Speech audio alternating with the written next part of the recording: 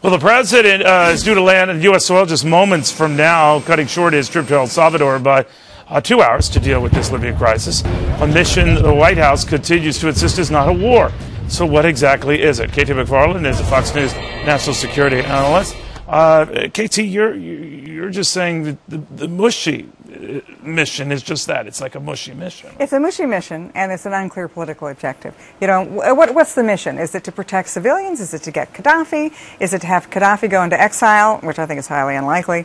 And so you're not buying the State Department communique? Oh, come on. You know, if Gaddafi goes into exile, he doesn't go into exile and go to the south of France and sit on the beach. He goes into the International Criminal Court at The Hague, and he's tried for war crimes. Well, Venezuela. He could go to Venezuela. He will be tried in the international. They're not going to let him get out of there. It'll be like Milosevic after the Balkans. So isn't there a secret deal either to do that or to kill him?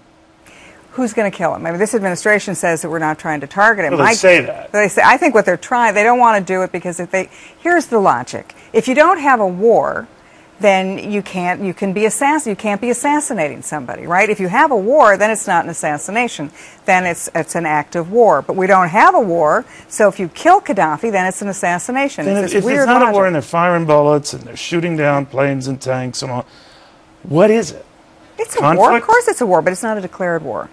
And I think the biggest problem I have with all of it, I mean, mushy mission aside, you know, who's in charge? Vietnam was never declared war, right? No, but there were at least congressional resolutions, as were Iraq, as was Afghanistan. There was no congressional anything. There was just, he mailed him in a letter saying, within 48 hours, saying, we're in conflict. Well, now he has 60 days to do it. the way the president has handled this? I think it's a disaster because it's all the mixed messages. Now, you know, Hillary's saying one thing, Gates is saying something else, the general in charge is saying a third thing, Obama says a lot of stuff, never consistent. And the problem is that it's not just confusing, it's dangerous. Because your allies... John Boehner, by the way, among those things, he wants to get to the bottom of this and let us know what the heck you're up to here.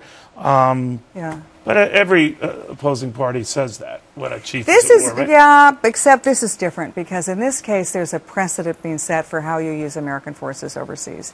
We have never before gotten involved in somebody else's civil war to protect their civilians from their leaders. And if that's the mark, if that's the metric by which we decide to commit American forces overseas, there are a lot of places other than Libya that we should be. More people are dying in Yemen right now than in Libya. You could say Yemen, Saudi Arabia, Yemen, Syria, Iran, Ivory Coast, Sudan. There was a lot more killing going on by the government against its people. But even beyond that, my big problem with it is Libya is not in our strategic interest. That is not a core interest for us. It may be for the French and the British and the Italians. Europeans get their energy from Libya, and if there's a refugee... So let them deal with it? Our interest is in the Gulf. It's in Saudi Arabia, it's in Yemen, it's in Kuwait, it's in Bahrain, and keeping that part of the world safe and secure. Which is what the UAE said. We're not involved in this because of your policy.